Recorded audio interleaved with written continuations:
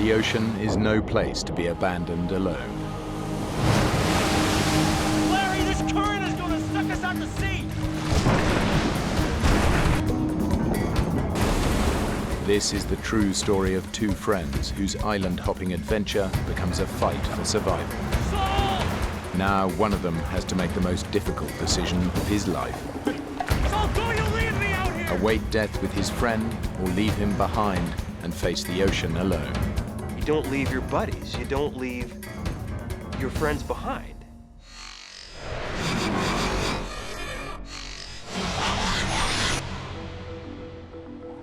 The San Juan Islands in America's Pacific Northwest. It's a sea kayaking mecca.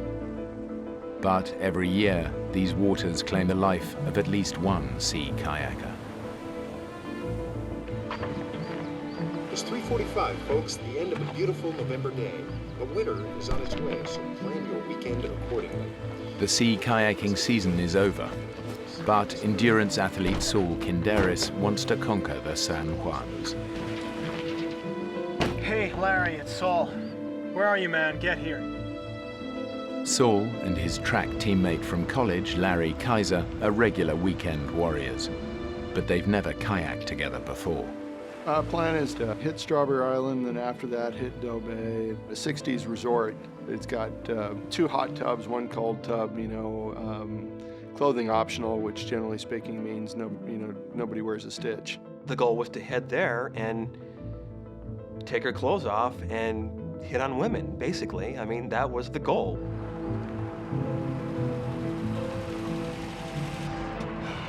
You're late, Larry. You're late, Larry. 4 hours. 4? 4 hours. I'm sorry, Saul. I just got stuck in that damn Seattle traffic. So you gonna be up for this? Yeah, I'm up for this. Fat tourist like you can do this sport. I don't see what the problem's gonna be. I'm up for any kind of challenge like that. Any kind of physical challenge, especially if Saul throws that at me.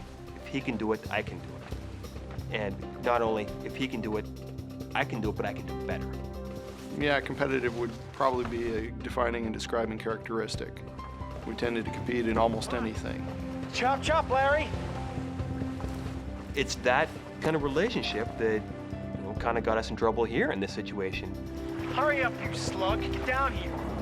Because Larry is late, they set out at night, something that even the most experienced kayaker wouldn't do, especially in winter. Women friends of mine would call it, we had a severe case of testosterone poisoning. And, the brain quits working because you just want to go. Slide you out. You hit the water, put your weight on the paddle, okay? I'm gonna kick your butt, you know that. Put your weight on the paddle. It was unnerving setting out at night. People die every year kayaking in the San Juans. But that danger is exciting. It's a thrill. I'm thinking I'm invincible. We have a winner! Larry and Saul are paddling off the coast of America's Washington state into the heart of the 176 islands that make up the San Juans. They're crossing a notoriously dangerous stretch of water, the Rosario Strait, on the way to their first destination, Strawberry Island. They need to cross quickly. Soon the tide will turn, making it virtually impossible to land on the far side. I keep going to the left. Huh? I keep going to the left. Yeah, well, adjust your rudder. The rudder? Yeah, with your foot pedals, you know? Foot pedals? What are your feet touching? Nothing. Nothing, are you sure? Yeah, I said nothing. Well, actually, if I stretch out my left Larry, foot, heck, did you even adjust the foot pedals? Everybody adjusts their foot pedals before setting off. Yeah, I did. They just must have come loose or something. I'm just kind of trying to fake it. And that's the first time I'd set my ass in a kayak. I'd never been in one before. It started to dawn on me that Larry is faking the expertise on the kayaking. That's when I started to figure, okay, we've gone from a trip to an adventure. You know, looking back, I'm thinking, what the hell was I doing? What was I thinking?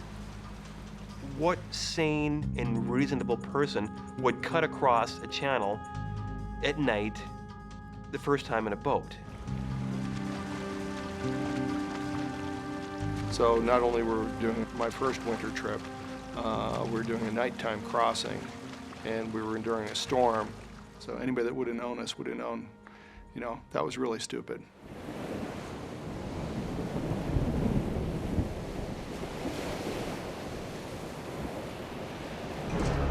Eventually, Larry and Saul reach Strawberry Island, but they're late. The only landing spot is a sandy beach surrounded by dangerous rocks.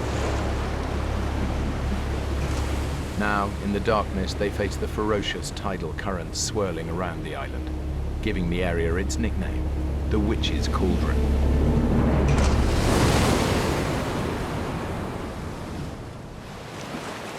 We're here. Witch's Cauldron. What? Strawberry Island is dead ahead. Where? Up ahead, can you hear it? Saul, all I hear is thrashing waves. Waves are smashing and crashing on the rocks up there. The wind is picking up. It's hard to hear. And it's just looking pretty nasty up there, too. And I'm just thinking, well, this doesn't look fun.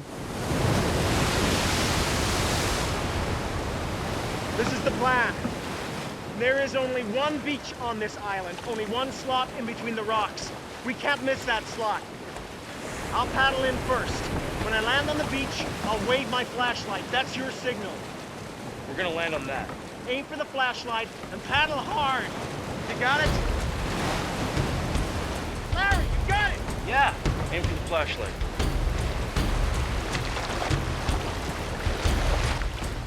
This was pushing my enjoyment factor. We were starting to get outside the area I enjoy. I knew that I needed to hit that beach just right or life was going to truly get miserable. I can see big, jagged rocks that don't look good to land on. It's just really hairy out there.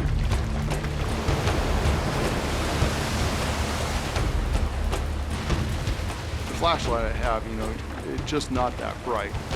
I see the rocks in front of me, and all I'm thinking is, oh, shoot.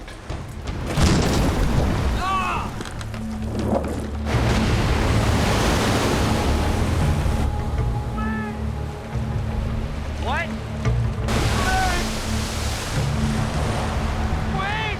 I hear him yelling. I can't tell what he's doing. I'm just like, what? You know, what? What are you saying? I can't hear what you're saying. Larry sees my headlamp kind of waving around a little bit, and so he's figuring I must be waving him in.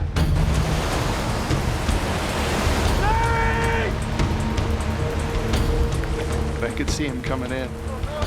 He's aiming for the flashlight, just like I told him to, and that flashlight's on my head.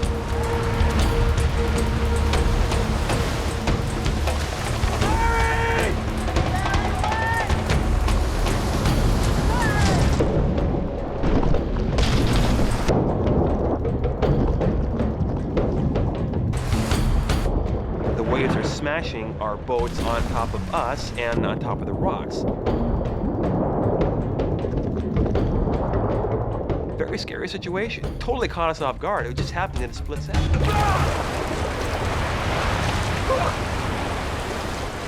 okay? What the hell was that? You tell me that! We crashed! We crashed! I stepped on... Get me the hell out of here! They gotta reach those boats. You really need the boat. Yes! We need them! Or we're dead! We just get the hell out of here. You don't get it, do you? We're not gonna get out of here! If we don't get there! Look at our later, get out! I'm realizing we're definitely in a survival situation here, and we got to get our stuff up here. We got 4 days worth of food on the boats. Got enough fresh water for maybe 2 or 3 days. Without it, we're screwed. I thought you said there was a beach here. Yeah, well, I lost the beach. Saul, how do you lose a beach? I misjudged it, okay? I got you. Just hours into their sea kayaking adventure, Larry and Saul have shipwrecked on a deserted island.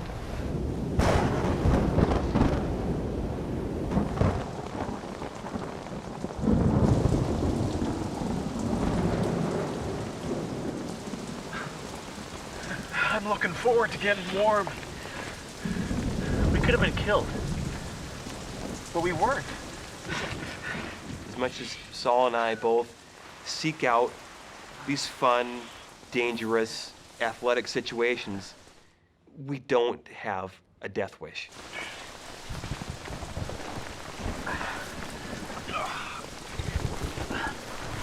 Basically, at this point, I take my dry bag out, and my dry bag is no longer a dry bag. My dry bag is a soaked bag. All my stuff is soaked at this point. Everything. Larry, what happened? All my stuff is wet. Well, obviously. Did you even seal this properly? This is broken. No, it's not broken. You didn't seal it properly. What the hell is all this? This is all cotton. How could you ever think for a winter trip packing all cotton? At that point, he was probably a little angry, and for probably good reason. My sleeping bag, all my clothes, all the gear I had, it's all just drenched. His stuff was fine. Get into this. This is your bed. I have dry clothes. I can sleep in them.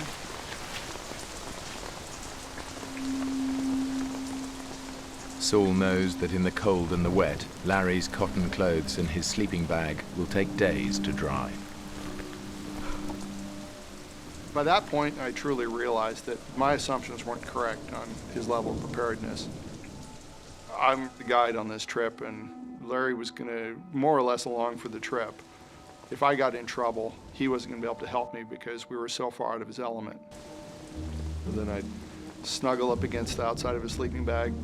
Guys, especially in your 20s, you're going to go damn near hypothermic before you'll cuddle up with another guy. He kept trying to nuzzle up to me. He was cold, and I'd get away, Saul. You know, what are you doing? You know, just keep... Throughout the night, he kept getting closer and closer, and I kept going farther and farther over this edge of the tent. I like Saul, but I don't like him that much. Larry, I am cold. You move one more time, I'm climbing in there with your naked butt. Got it?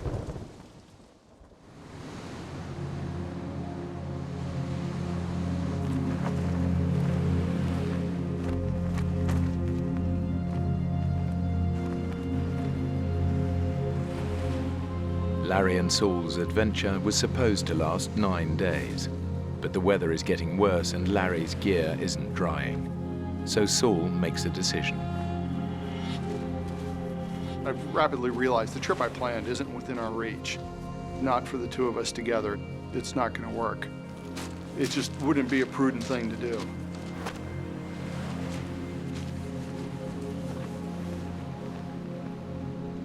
I just wanted to tell myself, you know, we still have time to have some fun and get this out of our system and use this as a small setback and just keep going.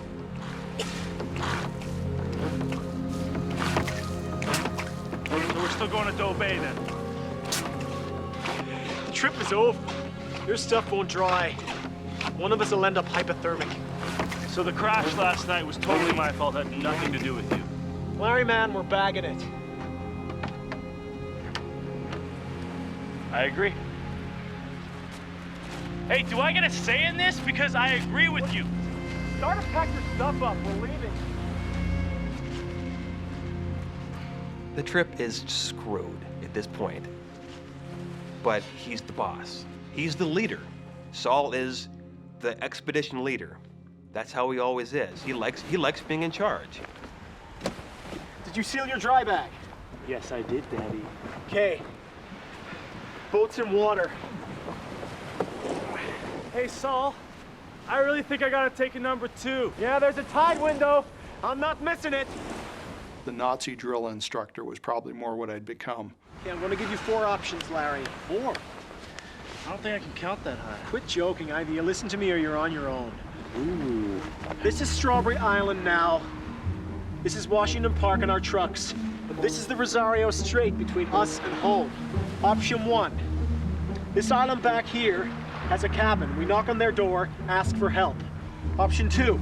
We continue further to Orcas Island here. We stash the boats and take the ferry home. I'll get the boats another day. 3. This is the toughest option. We paddle back the way we came, 3 miles across the Rosario Strait. Now, I can do any of those, so you tell me which one you want to do. You don't tell somebody you've competed with all your life in a variety of sports that I can do any of these. Which one do you want to do? I can do any of those too, so.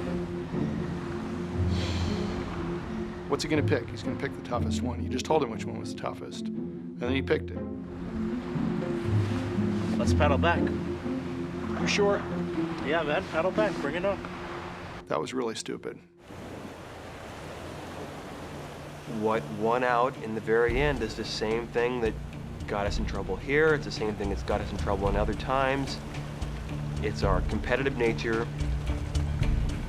If he can paddle across the channel, I can paddle across the channel. I can swim across it. I can cycle 150 miles if I want to. I can run a marathon.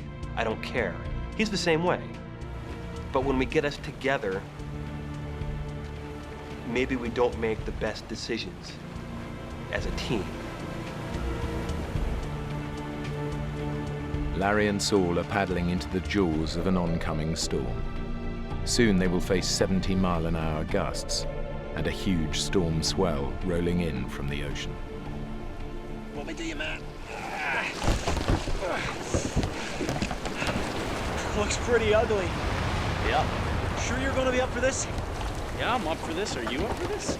We got 40 to 45 minutes to make this crossing before the current gets too strong. Yeah, I know. Paddle hard. I'm not an idiot.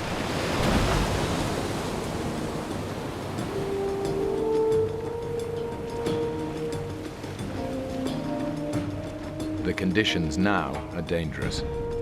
But if they don't move quickly, Larry and Saul will face far worse. In less than an hour, the tide will turn, and all the water in the channel will surge out to sea, taking them with it.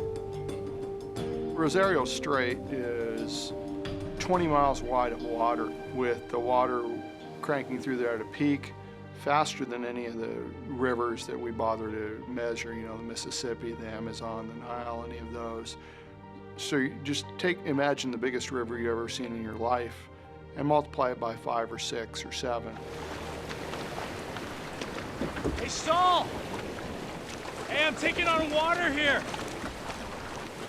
There is a technique for paddling into waves that stops them splashing into the boat, Saul! but Larry doesn't know it. Hey, I'm still taking on water here. Normal? Look, Larry, are you watching me? Okay. I have been. Don't let the waves hit you side on. Not. We'll minimize the water that goes into your boat. And dig with your paddle. Dig. Don't puncture the wave head on. Everything I'm telling him is just blah, blah, blah, blah, blah. It's a bunch of words. He ain't listening. He's confident at this point. He knows what he needs to do. And he's probably thinking to himself, Saul's full of crap. Dig with your paddle. Dig. Dig. Hey, I'm still taking on splash here. Larry, do you understand anything I'm saying? Saul! Stabilizing strokes do you no good. Saul! I have never been in a kayak before, okay? You said that you had. No, I didn't. Yes, you did. No, I didn't. Well, that explains it. Explains what? You better learn and hurry. I am doing what I can. Yeah, well, quit. Just paddle like I tell you, okay? He's trying to get me to put my nose into the wave, pierce right through it, take on the least amount of water possible. Number one, I didn't have the skill to do that at the time because I still was learning how to kayak, essentially. But number two, the waves were coming all the time. The closer they get to the middle of the channel, the more their progress is slowed by wind and waves. And now the powerful tidal current is pushing them dangerously off course. Larry, this current is gonna suck us out to sea. Do you understand? Saul, I think I'm sinking. Jesus, just I am, okay? I'm trying. We haven't moved 10 feet in the last 10 minutes, man! I could sense some panic in his voice. He knew that we had a limited amount of time to get across the channel. We hit a point where when it got really rough, just all our forward progress stopped. I mean, 20 minutes we were roughly halfway, 40 minutes we were roughly halfway, an hour we were roughly halfway. At this point, Larry's boat is so full of water, it weighs over a ton and is impossible to maneuver.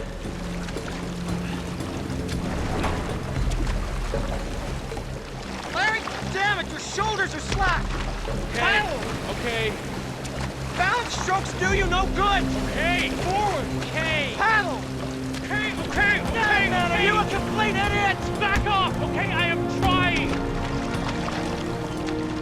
Blood pressure is definitely cranking up there. I figured that it was a good possibility that we could get killed.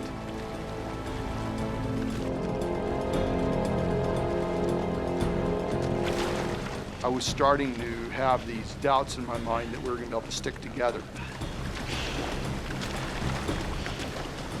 Your loyalty is to your friends, but then your first loyalty is to yourself. Saul, get the hell back here. You're slowly getting to this decision. It's not an easy decision to get to. Saul, wait up!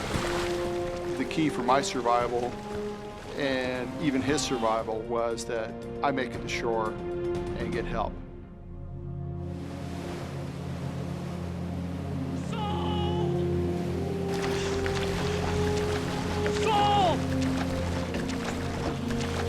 I need that pump. You need to bring me the pump. He's yelling something to me, I'm yelling back to him. I yell at him, I'm going to get help. I'm assuming he can hear me. He's probably assuming I can hear him. We really can't hear much of anything. Saul, I need that pump.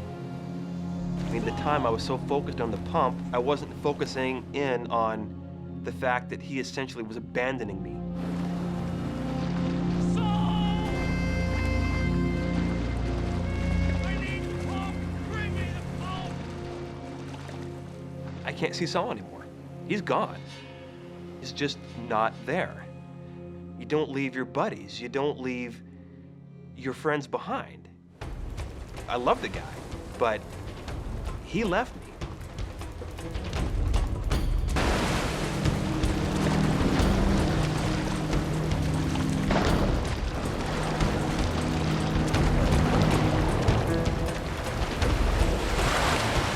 I was just applying as much speed as I could. Just crank it.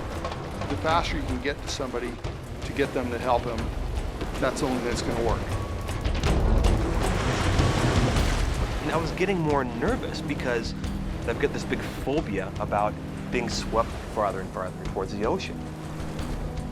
The ocean's very big. There's lots of mean things out there that will do bad things to you. I'm very aware of two things. The current is moving Larry further and further away. We got darkness at 3:30, quarter to 4, 4 o'clock in that range. Hey, I need to phone. I need to call 911. My boat was completely full of water at that point. My feet were covered, my shins were covered, it was coming up my legs. And that's when I started to get that sense of panic. And I knew, you're not in Kansas anymore, Toto.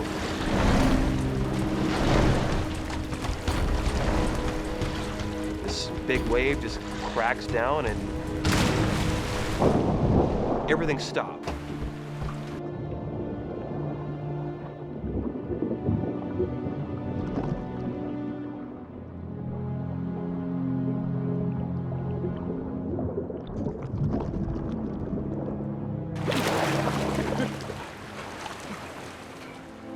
One moment I'm here in this boat full of water, and a second later I'm outside the boat treading water, just like that.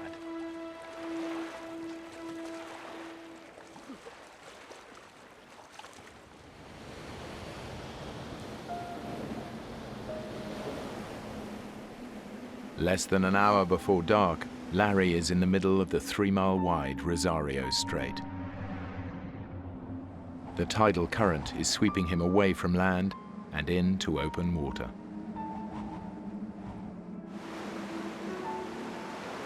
I'm in the water now. Not a fun feeling. Looking down and not seeing my feet, not seeing my shins, not seeing my knees, I'm getting scared at that time.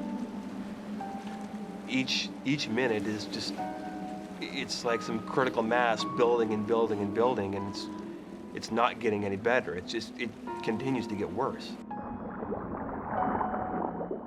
It's getting dark, and there's no one here to not only save me or rescue me, but no one knows where the hell I'm even at.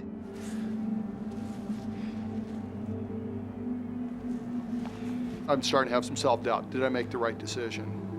Where is Larry? Is Larry alive? Did I just consign my friend to death? What do we do? I mean, what are my options at this point?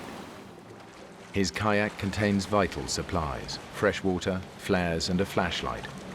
But Larry can see the shore, and it doesn't look far.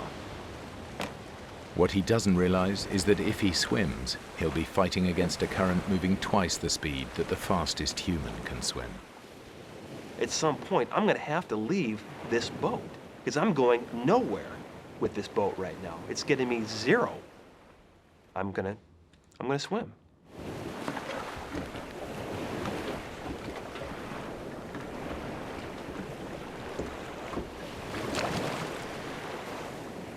So I take off and leave the boat.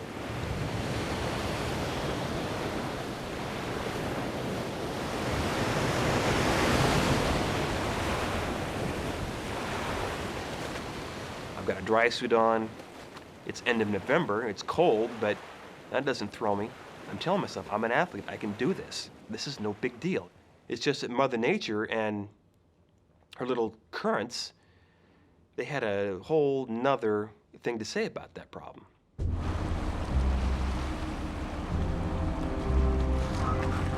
It's been an hour since Larry capsized. Now, a full-scale rescue operation is underway. But without the lights or flares from his kayak, Larry is all but invisible. I wish I would have grabbed the flashlight I had taped to the bow of my boat, which I didn't do. If I would have grabbed that flashlight, it probably would have been saved in half an hour.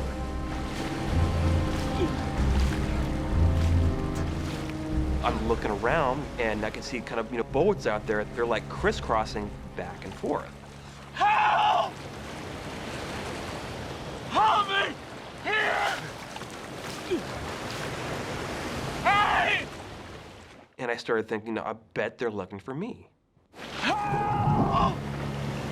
I must have looked like nothing in the water to these people. Hey, over here! Here! Help! Help me! Here! I'd go down on a swell and come up. They're always just right back, searching where I just was.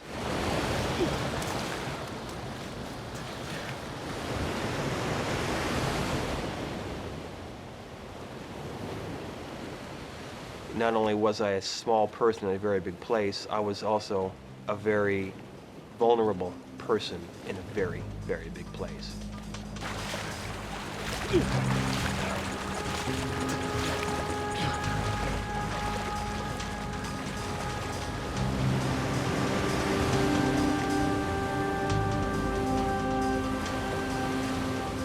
I was thinking, okay, I know me, I know Larry. If there's people that can survive for a long period of time just by being stubborn and being fit enough, we fit that description. Several miles away, a rescue team is scanning the shoreline in the hope that Larry might have made it to one of the islands.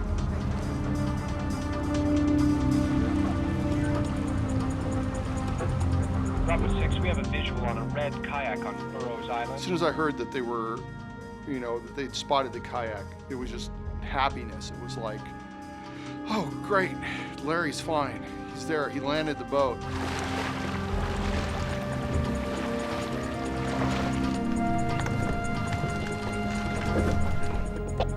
Is there a paddle with the boat?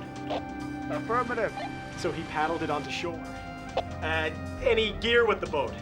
Negative. Empty. No sleeping bag, dry bag, nothing. Correct. The boat's empty. Great. He's on that island somewhere. What more clues could you need? I mean, paddles with the boat, sleeping bag's gone. The guy's alive. He's somewhere here in the bushes. Just got to find him. Yes! You've never seen somebody so excited in his life at this point. I'm happy. I'm going, good. This is a good time to call his parents and let them know what's going on. Mr. Kaiser? Yes, it's Saul Canderas. Well, I don't know how to tell you this, but Larry, he's going to be okay. We think he's on an island somewhere, probably in the woods. The Coast Guard now concentrate on searching the island.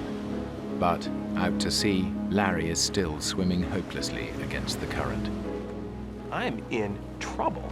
I'm being sucked with the current down a channel. I could head out to the Pacific here any time.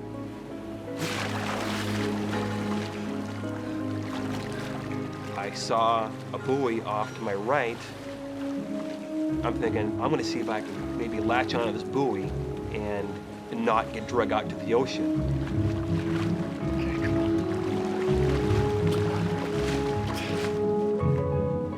Kind of put my head down, I started swimming again. I started kind of cutting diagonally across to get to the buoy. Head down, swimming away.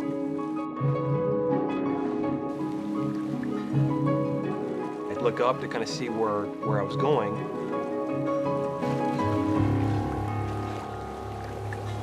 I was already past the buoy. The current has got me by the balls here right now, and I'm being pulled this way. And that's when everything changed. It went from survival, you know, I'm big, strong swimmer, I'll get across, to, you know, I'm not gonna get out of this. 8 hours since he capsized, Larry is nearly 4 miles out to sea. But the Coast Guard is still searching the island where they found his boat. Because they found a paddle with it, they assume he must have paddled to shore. What they don't know is that Saul equipped the kayak with a spare paddle. Our best hope is that he'd be on the island right now. Yeah, he paddled here. He left a red paddle with his boat. Did you say red paddle?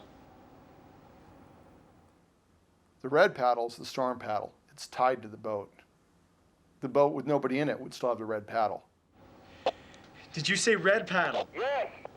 No black and white paddle? No. Are you near the boat? Yes. How many holes are in the top of the boat? 2, 1 for each person. No, it's a one-man kayak.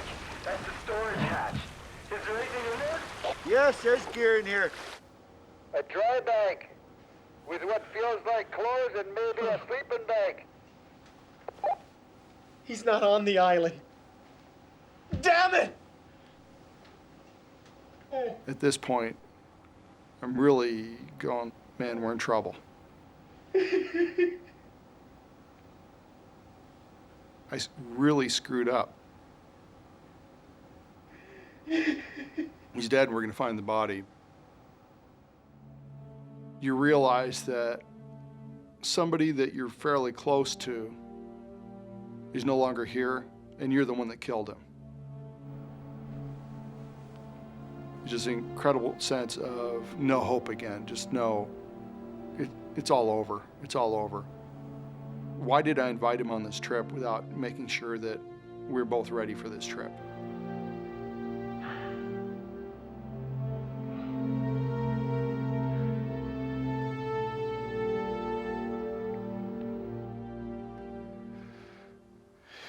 It's almost like saying, what the hell was I thinking? Yes, Mrs. Kaiser? It's Saul Canderas. I'm sorry to call you so late. It was the hardest phone call I've ever made. It was nothing that in my life I'd ever expected myself to have to do was call somebody and say, hey, I just went out with your son and did something, and as a result of doing something, he's dead. You know, I took your son out, it was supposed to be fun. I got him killed. Shortly after midnight, the Coast Guard call off the search. They assume that in the morning, they will be looking for Larry's body.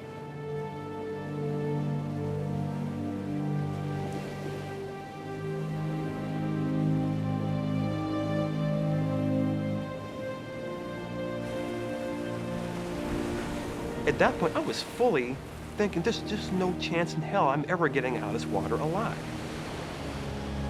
Exhausted, Larry's body temperature is now so low, his life is in danger.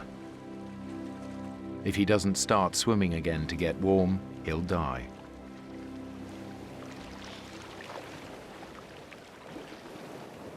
I really thought, just end it now. Why even bother with this? I thought about, trying to essentially drown myself.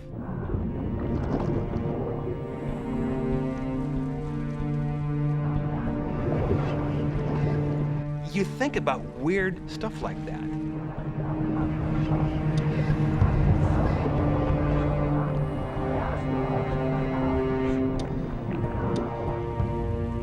And that's when we start thinking about my mom. And I love my parents, I love my dad, I love my family. What do you say? Thanks for, being my mom, quote unquote. I mean,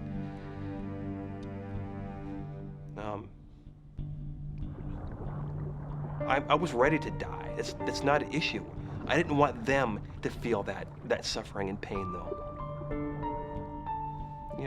And not know what happened to me.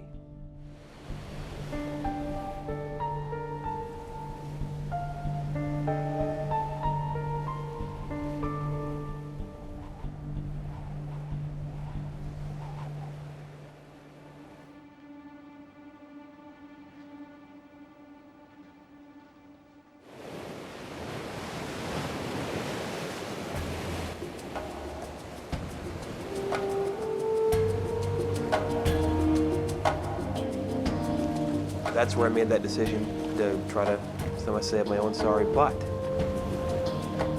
As I'm continuing down, I can see this lighthouse coming off to my right as I'm coming up on it.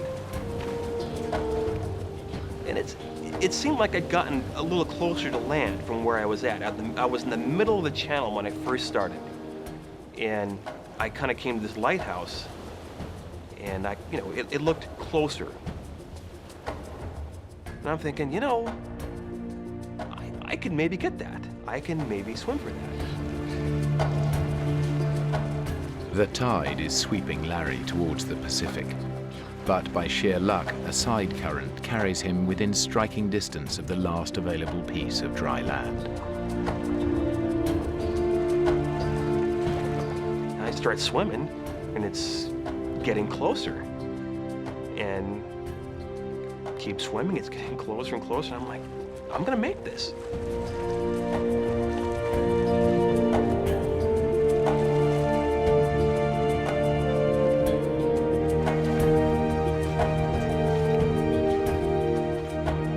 My God, thank you. Thank you, Lord. I come up onto shore, and there's this big rock right there, and I just swim up and put my arms around this rock. This is the most beautiful rock I've seen in my life. That's all I could think of. No one else, nothing else, just lie there and enjoy this rock. This stupid rock that was my buddy at the time. A feeling of relief. Everyone knows what relief is, but if you've ever been in a situation where it's literally life and death, and you feel that you've cheated death that one time, it doesn't get much sweeter than that.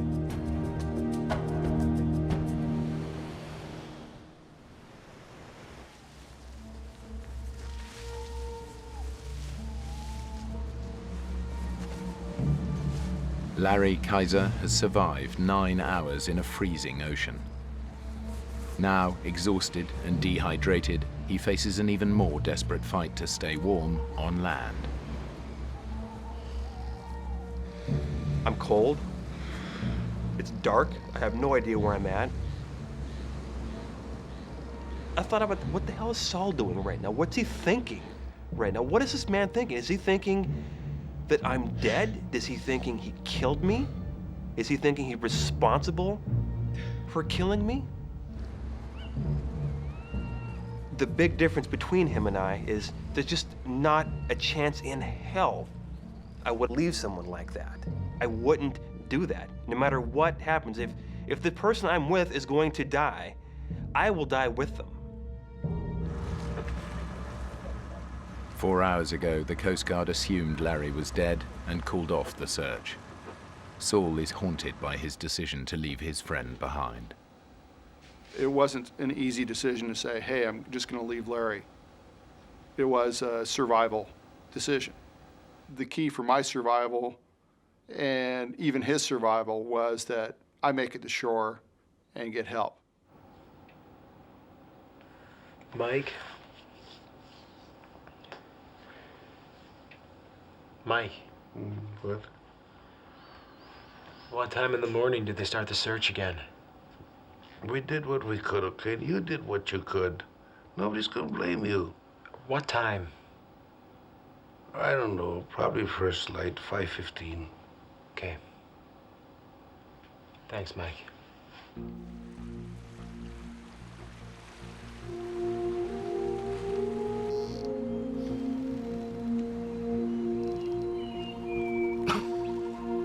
Larry assumes he's on the mainland. Now in daylight, he thinks he can walk to the lighthouse he saw the night before and get help.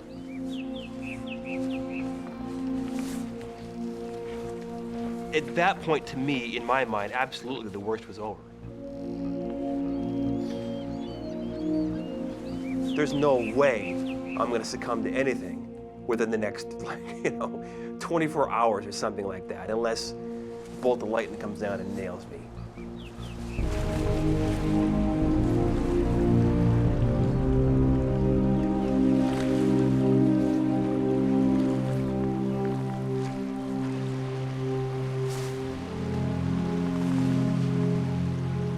I'm thinking, what is this? I'm on an island right now, and it's another mile across to get to land again.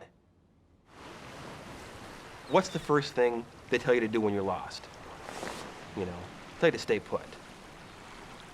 I don't see any helicopters, I don't see any planes, I don't see anything. So I just figured they'd given me up for dead, and I'm on my own again.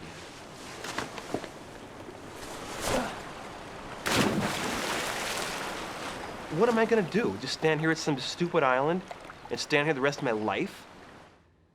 It's not gonna work. I'm not Tom Hanks. I gotta go out and get going here, for God's sake.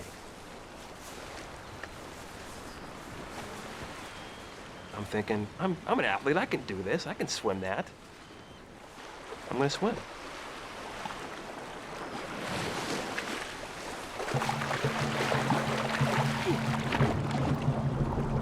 To reach the lighthouse, Larry faces another mile in freezing water. Already dehydrated and hypothermic, he will again be at the mercy of the area's lethal currents.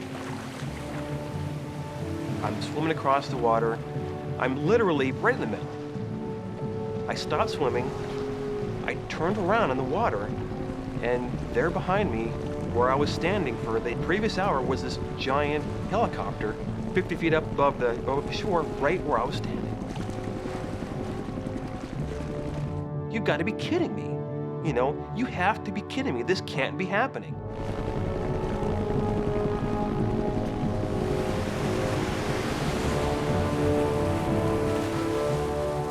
Why can't I get rescued? I mean, why can't they see me?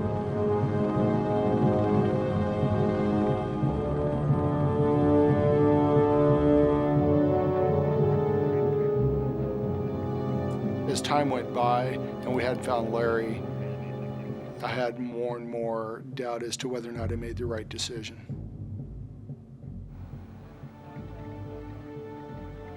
Not only did you get your friend killed, but it's proof you're a failure. Can't you do anything right?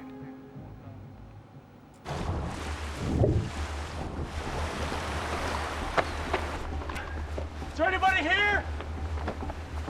Hello? Is anybody there?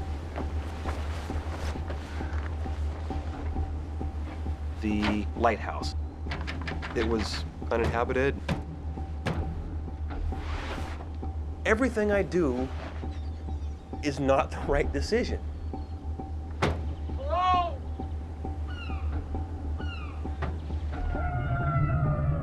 At that point, I felt like I was floating in a dream or a nightmare. You know, hope has been slowly draining away, and feeling really depressed. I got him killed. Nobody else got him killed, I did.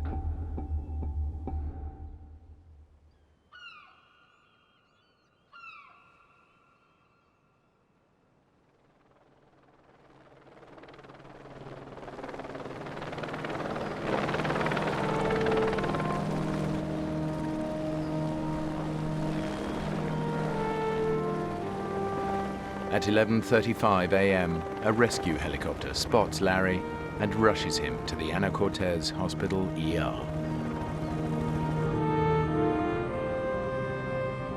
Then the helicopter kind of flies overhead, and the guy there crewing the station just jumps up and says, "God, great news for you."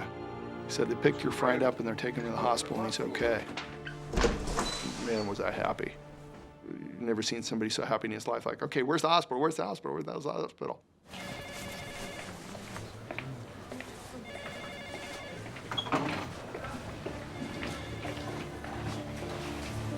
No, because it's broken. I'm going to have to cut you.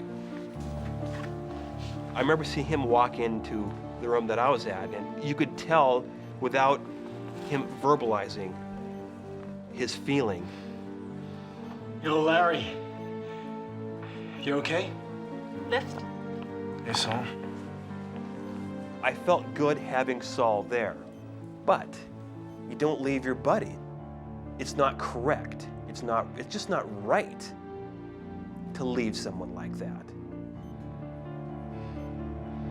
You left me.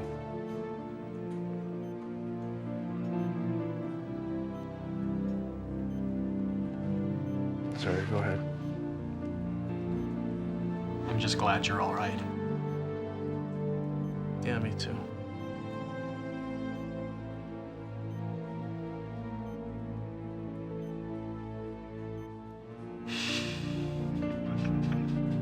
With who I am, I wanted him not to feel guilty. I wanted him to hopefully be relieved in the fact that I'm okay.